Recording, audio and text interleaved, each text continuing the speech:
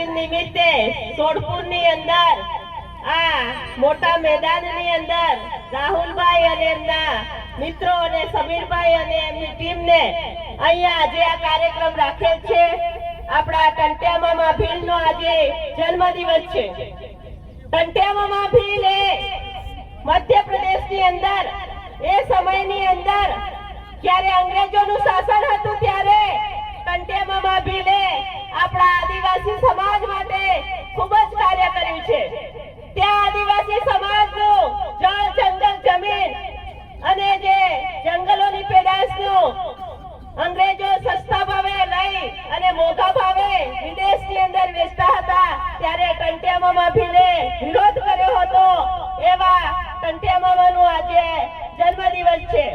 આપણે સૌ આપણા જે પહેલાના જે બધા શહીદો થઈ ગયા, ક્રાંતિવીરો થઈ ગયા, એ બધા ક્રાંતિવીરોને ઓળખવાની જરૂર છે. આજે આપણા ગુજરાતથી માંડી મધ્યપ્રદેશ, રાજસ્થાન, મહારાષ્ટ્ર, ઝારખંડ, અત્યારે જ આપણા બબીતા કશ્યપજી પણ અહીંયા આવ્યા. તો એવા ઝારખંડની પણ અમે દિલીપભાઈને બધા મુલાકાત લઈને આવ્યા છીએ. આપણો આદિવાસી સમાજ ગામડાઓની અંદર ક્યાં ના ક્યાં ખૂણે ને ખાંચરે વસેલો છે. આજે પણ આપણો આદિવાસી સમાજ હક અને અધિકાર માટે લડતો જ રહ્યો છે. આપણે સૌ પણ આપણા હક અને અધિકાર માટે લડવાની જરૂર છે. અત્યારે જ આપણે એક સુપ્રીમ કોર્ટે ચુકાદો આપ્યો છે. 100 મીટરની ઊંચાઈની અંદર અરવલ્લીની ગિરિમાળાઓ ગુજરાતથી માંડીને છેક દિલ્હી સુધીની, રાજસ્થાન, મધ્યપ્રદેશ, આ બધી જે ગિરિમાળાઓ છે એને વેચવા માટે તૈયાર છે. તો આપણે સૌ જઈશું ક્યાં?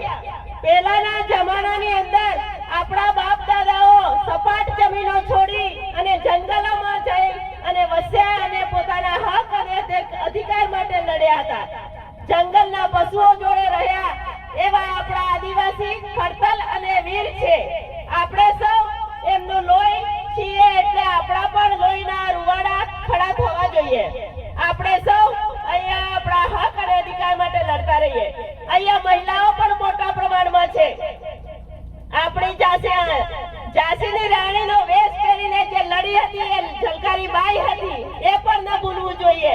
અંગ્રેજોની સામે લડતા લડતા શહીદ થઈ ગઈ હતી. તો આ રીતે આ બાજુ જોઈએ તો કાળીબાઈ રાસ્તાની અંદર એ પોતાના શિક્ષકને બચાવવા માટે પોતે જે શિક્ષકને લઈને જતા હતા એ વરદને કાપી નાખે છે અને શિક્ષકને બચાવી અને પોતે 13 વર્ષની અંદર શહીદ થાય છે. અને અમારા ગઢવાલની અંદર જે હત્યાકાંડ થયો એ હત્યાકાંડની અંદર અમારા લોકોને જ્યારે રાજસ્થાનની એમ્બેસી મારતી હોય છે ત્યારે બાલેટાના સ્વામીબેન પોતાનો સાડીનો પાલવનો છેડો આગળ કરી અને પોતાના સમાજને બચાવવા માટે એ પણ શહીદ થાય છે. તો આવી મહિલાઓની અંદર પણ ખુમારી અને તાકાત છે. તો આપણે સૌ આપણા સમાજને બચાવવા માટે પ્રયત્ન કરીએ. એક જ ઉદાહરણ આપું છું. વલસાડની અંદર જ્યારે અંગ્રેજોનો સમય હતો ત્યારે ગગલી નામની એક છોકરીએ 7 ધોરણ સુધી અભ્યાસ કર્યો હતો. ત્યારે પોતાની જમીનને એમની માતાઓએ 5000 રૂપિયામાં વેચી દીધી હતી. અંગ્રેજ દંપતીએ એમને કૂવો બનાવી આપવા માટે એ જમીન ઉપર સહી કરાવી લીધી હતી, અંગૂઠા મરાવ્યા હતા. ત્યારે ગગલી વાંચે છે 5000 રૂપિયામાં અમારી જમીન વેચીએ છીએ. ત્યારે પછી ગગલીએ પ્લાન કરી અને કાગળ લઈ અને ફાડી નાખે છે અને પોતાની જમીનને બચાવે છે. આજે તો ઘણા બધા આપણા યુવાનો અહીંયા કર્મચારીઓ છે, બહેનો છે, ભણેલ ગણેલ છે.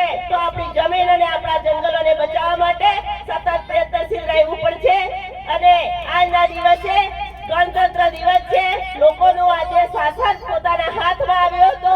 ડોક્ટર બાબા સાહેબને પણ પોતે 2 વર્ષ 11 મહિના અને 18 દિવસ સતત મહેનત કરી લેખિત વિશ્વનું સૌથી મોટું સંવિધાન આજે આપ્યું હતું. એમાં પહેલા જ પેજ ઉપર લખ્યું હતું ઇન્ડિયા ધેટ ઇઝ ભારત.